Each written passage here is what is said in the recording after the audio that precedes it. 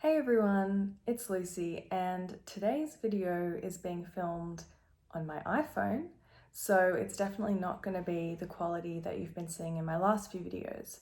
Reason being is that this video is about the camera that I've been using. It's the Sony ZV-1 or ZV-1 if you're non-American.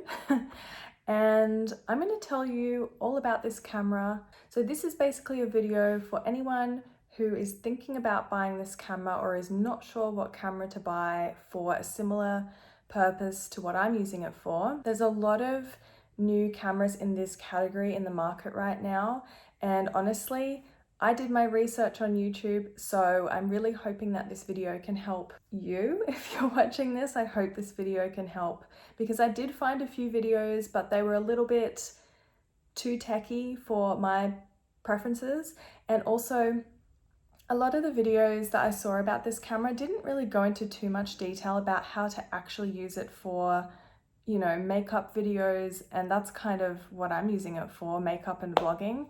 So if you want to know all about this camera, the accessories that I've chosen to add onto it, and just some general pros and cons, then keep on watching. What am I using this camera for? Well, obviously I'm using it for YouTube. That's why I'm here today. But secondly, I also just wanted a camera that does video at 4K that also is really easy to use and doesn't require too much training and learning, because I'm busy. I just want to get to the point. I just want it to be plug and play, easy to go. And also I had a few requirements in terms of wanting it to be really good at quickly autofocusing on things, because that is extremely important when you're showing products and reviewing products and holding them up to the camera. I'm using it for makeup / beauty lifestyle videos. I'm also going to use it for Instagram videos, so Instagram Reels, possibly IGTV, possibly TikTok, but I think I'm more of an Instagram person given my age. But I just wanted a way to film videos that wasn't my phone. I use my phone for work and for so many other things, and I just wanted something that was separate. There's the context. Let's get straight into the pros of this camera. The first one is the screen. So this has a flip screen and it opens to the side. The reason why this is great is because other cameras that have screens that flip upwards, such as a camera that I have already at home, which is a Samsung camera, when the screen flips up, sometimes it's actually kind of harder to look at yourself above the lens. It's almost more obvious, especially when you're doing like a vlogging style or selfie style video. It's more obvious when you're looking at yourself in the screen.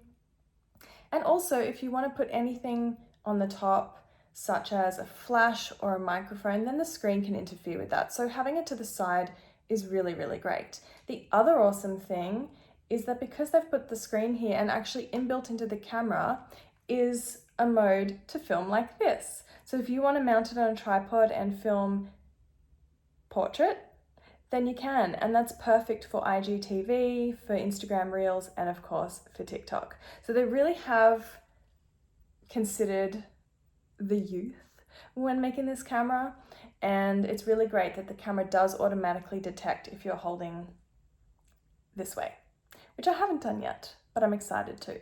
Now the next thing is background blur mode. So this camera is honestly super, super basic. There's not very many buttons on it, and the menu is also pretty simple. They've really kind of streamlined it down to the absolute basics of what you'll need for this type of camera, okay? For vlogging, for YouTubing, for just creating content, as opposed to being a filmmaker. This is definitely not a camera for someone who wants to become a full-on movie maker, okay? Although it could be. Hey, I just don't think it is. And I'll tell you a few reasons why when we get to the cons, but let's keep with the pros. So the third amazing thing is background blur. So what that means in layman's terms is I'm in focus here, and all this stuff behind me can get a little blurred out. I'm going to insert some footage here showing how that works. And as you can see, it just really nicely puts focus on you, because if you're the person talking, if you're the subject of the video, then sometimes you don't want your background to be the focus. And so there is a simple one-click button for that, And on the topic of buttons, you can also program the little function buttons to do something else. So in the menu, you can easily change those to shortcuts for other things that you might prefer. But personally for me, I love having the background blur. And I also love that when you have the camera switched on, you can see on the screen, let's switch the camera on, it tells you which things are active.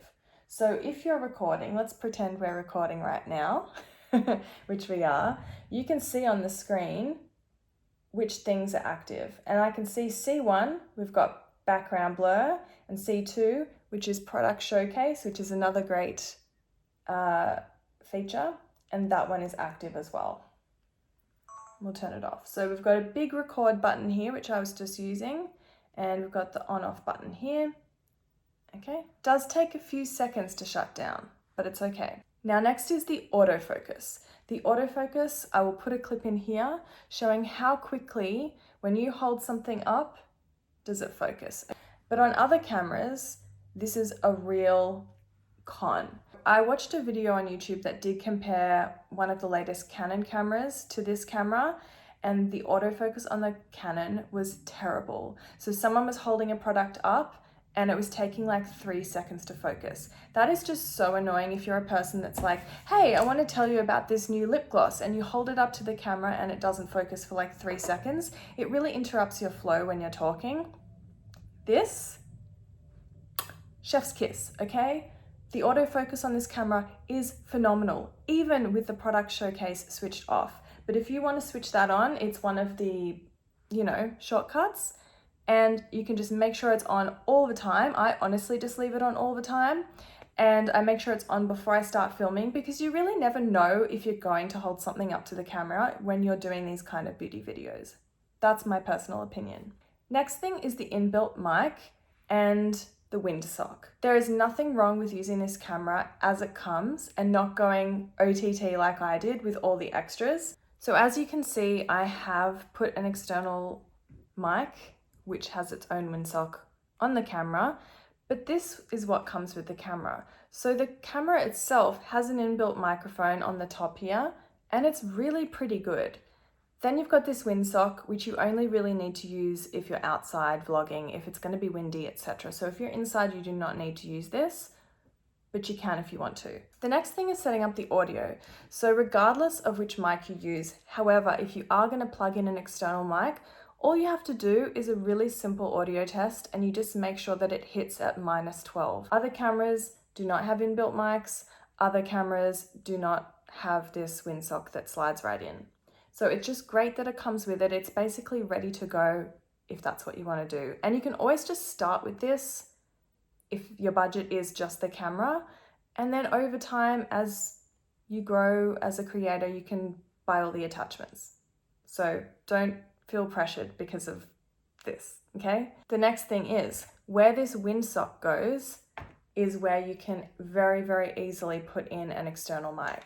So as I tell you the pros and cons, I'm also going to be explaining some of the extra things that I got. I guess they're accessories. So this is the Deity D4 Duo.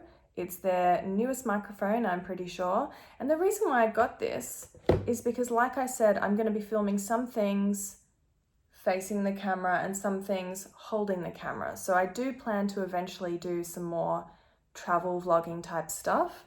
And as you turn the camera around, if you've got a directional microphone, i.e. most microphones, they assume that you're behind the camera, and so therefore they're recording audio this way. But with this one, it's got 2 microphones. So it picks up audio this way, and then if you want to suddenly turn around, then your voice is picked up by this front mic. And then if you turn around and you want to actually narrate, hey, so we're walking down here and this is what we're seeing, then your audio is picked up here as well. I'm really just trying to spell it out in the simplest way possible, because again, a lot of the other videos that I've seen are just far too technical in explaining this stuff. So I really hope that me, I don't want to say dumbing it down, but just really telling it how it is, I hope that helps you decide if this is what you need. Now, if you're just simply facing the camera the whole time, and planning to only film videos with it on a tripod, you probably don't need an external mic if the camera's going to be close enough to you, and you probably don't need a two-way mic. I just thought it would come in handy, and I've honestly already done some footage of me holding the camera this way, filming my dog, and then quickly turning it around and filming myself. So it's already been really, really handy. It also, if you're doing like fashion videos and you want to hold the camera and you can show yourself in the mirror and talk and then turn yourself around and talk to the camera, it's just one of those things that you just don't have to think about. Now, you do have to adjust the volume settings. This mic is much more sensitive, okay? It picks up audio stronger than the built-in mic. So you will have to turn down the input and make sure that it is not going to be like blasting with audio. Again, really not using technical terms. Hopefully you know what I mean. This is optional. It's really great. It has an input, which not all cameras have either, and it doesn't require batteries. Now the next thing is how you can transfer files. This camera does require an SD card. It doesn't have internal memory, which I guess some old cameras used to.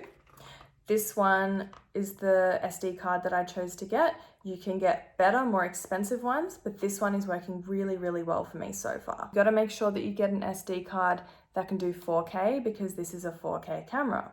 Otherwise the SD card and the camera may not be compatible and it'll just either fail or it'll take way too long to export. The other pro that I wanted to talk about, which is a really simple one, but it's the fact that you can very easily take the SD card out and use an SD card adapter, I guess for your computer if you have a Mac, and transfer the files that way. But it also comes with a really nice little cable and you can easily just plug it into the computer, switch it on, it immediately switches to USB mode. It's very compatible with Mac, and then you can easily just transfer, copy and paste the files over manually like that, and then just eject it.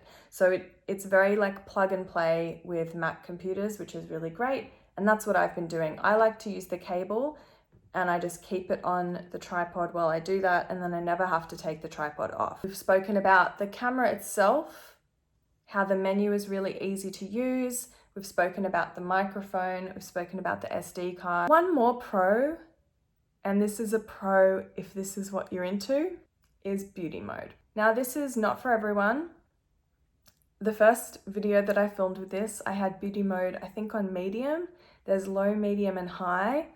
And when I was editing the video, I regretted it. I felt bad because it kind of goes against everything that I personally stand for in terms of creating beauty content. I don't do excessive retouching. I don't, smooth my skin or anything like that. The low beauty mode is so subtle that I do like to keep that on sometimes depending on my lighting. So it's the kind of thing that you should probably test, see if you like it, see if it looks too fake, and then decide. But for some people, if you're not doing beauty videos and you're just talking to the camera, vlogging or whatever, you might be happy having a beauty mode. It might make you feel good. Like, it's totally up to you, and it's a cool technology that they've built. So we've got off, low, medium, and high. This is soft skin on mid, so there is low, mid, and high. And this is soft skin effect on high. I'm under pretty harsh lighting, but I think you can see what it's doing, right? Here is the same lighting with soft skin effect turned off completely. And on the screen while you're filming, you can see if it's on. So you can just glance at the screen. Have I got beauty mode? Oh, it's on low. You can check, have I got the autofocus on? Which setting of autofocus? Have I got my product showcase switched on? And have I got my background blur on? So it's really quite simple to use in that regard. You can also see the audio levels on the screen as you're filming. So that tells you if your mic is perhaps not at the right level. I'm going to get back to more accessories. Let's move on to the cons, because there are cons and I want to get to that quickly. If you're really thinking about getting this camera and you want to see more accessories and have me explain the rest, then keep on watching. So the next thing we're going to talk about is price. I am going to post the price here in AUD, And I'm also going to put links in the description box of where I bought all these things from in Australia. So obviously I'm in Australia, if you can't tell by my accent. This camera is technically cheaper in the US because of the exchange rate, but honestly in AUD it's pretty average. I've done the conversion. It wouldn't have saved me any money to buy it from the US and ship it here.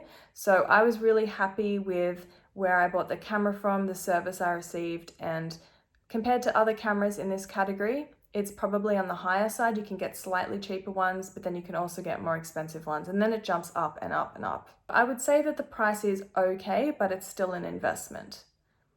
The second con is the core temperature shutoff. Now, this is something that I knew about. I was aware of this safety feature, and so far it's proved to be the most annoying thing of this camera. It's not so bad that I would return the camera because of all the pros. Like, I am happy with this camera. So I'm in the middle of summer in Australia. It's quite hot. I still am inside a house that I'm in a room with high ceilings. It's not actually that hot in this room. I would say maybe the temperature in the room is like 23 to 25. At the hottest, maybe the room is 28 degrees Celsius, but outside it could be up to 40 degrees. Now this is a problem if you plan on vlogging outside on a really hot day. It has a safety feature where when the core temperature gets too hot, it stops recording. Now the main issue I have with this is it does not make a sound or alert you to the fact that it has stopped recording. It will just stop recording. So if you're not really looking at yourself in the camera screen or looking at the camera while you're doing whatever you're doing, such as putting makeup on, this is a problem. If you're staring at the camera the whole time, you might notice the record button switch off, and then you can pause, you can turn the camera off, let it cool down, etc. But the problem with this when you're doing makeup and things like that is that it does not tell you. So there's been a few times so far, and I'm getting used to it, like glancing up regularly to check the a little orange symbol comes up on the screen that represents the temperature. So it kind of warns you when it's going to happen, but only if you're looking at the screen the whole time. So I guess if you're outdoor filming and you're looking at the screen while you're filming, then that's fine. But again, if you're doing makeup, it's very annoying. So several times it has just stopped recording. I noticed that the red recording button, so I'll show you what the red recording button looks like, okay? So imagine you're recording and you've got the screen right here, okay? Imagine you're recording.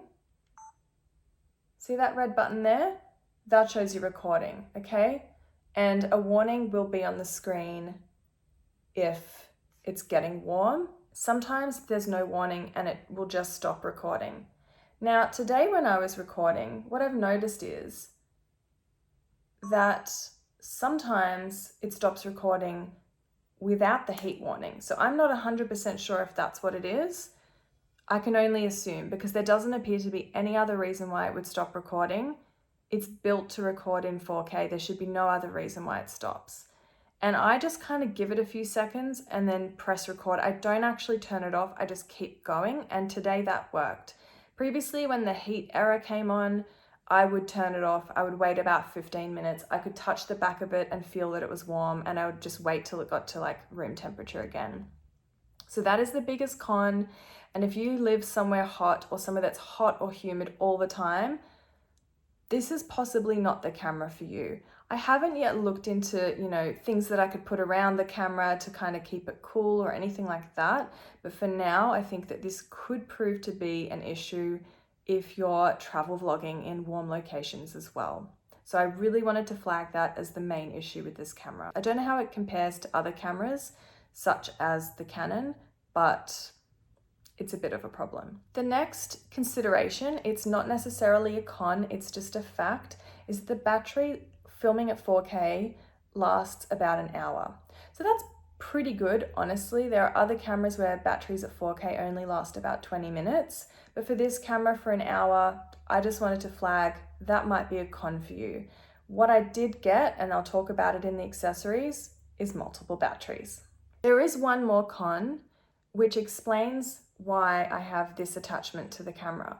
And that is that if you plug, and I say plug, if you attach this grip onto the camera, into the one screw that it goes into, then it blocks the battery and SD card door. That's very poor design, okay? It's centered on the camera. That's great. It's centered. Great. But to have to undo this grip every single time, like I said, the battery only lasts an hour, sometimes less. To have to undo that every time you need to change the battery while you're filming, so annoying, okay? So annoying. So instead, I have added this little guy. And I didn't know about this until I was watching this YouTuber, this TikTok person, who is lovely by the way. I saw that she had this thing and I thought, what's that? What's that for? And it is a SmallRig. So what is a SmallRig? I didn't really know. Basically, it adds a nice little grippy side so that if you do want to use this as like a point and shoot camera, it just makes it really nice to hold. So those are the pros and cons. Ultimately, it's up to you if you want to buy this camera. There's plenty of other videos that go into more technical details about this camera, but I really just wanted to keep this super simple and to the point. So now it's time to look at the accessories. So we spoke about the mic already, and so far I'm really, really happy with it.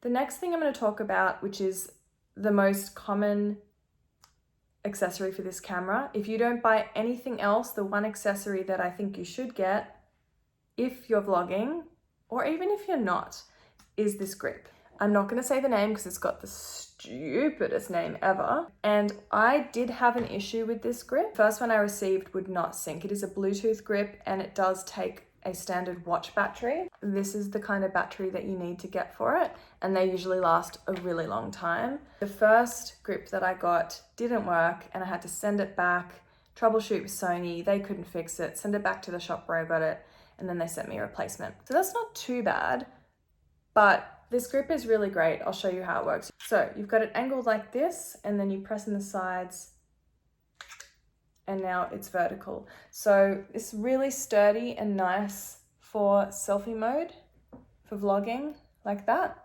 And then you can easily turn it around and be filming. The next thing you can do is you press this button here and you can twist it around, because think about it. If you're filming this way, you obviously want the buttons to be towards you so that you can record. And so you just can press these buttons, you can zoom, you've got your C1 shortcut, you've got movie, photo, and zoom.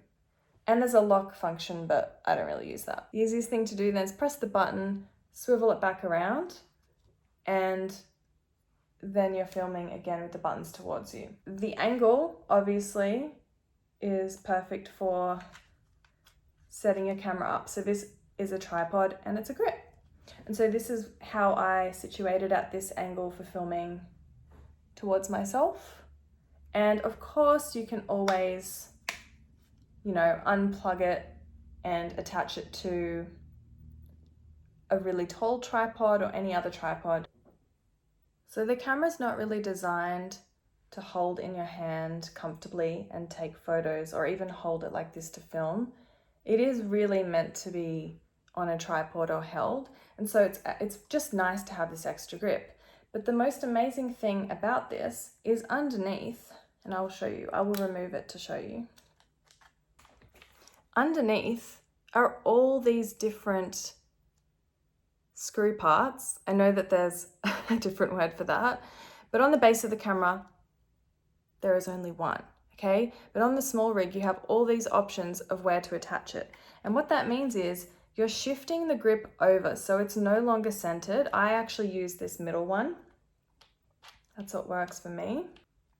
Is slightly to the side. Can you see that? It's not centered. And what does that mean? So now, you can access the battery and SD card without having to unscrew the grip. So a SmallRig is a really nice addition to the camera. It also just makes it look kind of cool, doesn't it? Not essential, but also a little bit essential. So again, really irritating design choice there, but there is a solution, which is really great, and it's not too expensive. But all these things add up, because we also haven't spoken about the batteries. So I did buy, let's see, I believe the camera comes with one battery, and I ended up buying this little guy. These are generic batteries, so they're not Sony batteries, and it's a little charger so you can charge 3 at a time, which is perfect because, like I said, the battery only lasts an hour. So if you're going to go out and you have several hours of filming to do, then definitely have batteries pre-charged. The final accessory that I want to conceptually talk about, because I don't have one yet, and that's a case. So what I'm looking for personally, and I'll update you if I find one, what I'm looking for is a case that I can fit the whole camera into just like this, or possibly with it bent that way. I haven't found one yet that I really, really love, but you can definitely get protective cases for the camera itself. It just means you've got to kind of take it all apart. You know, when you're travel vlogging or whatever, you just want to be able to pull the camera right out and get straight into filming. So that's the one accessory that I haven't found yet. If you have this camera and all these accessories and you have a good case, then comment down below because I'd really love to know what you like. I would love to chat in the comments about this camera and any tips and tricks, and I'll see you next time.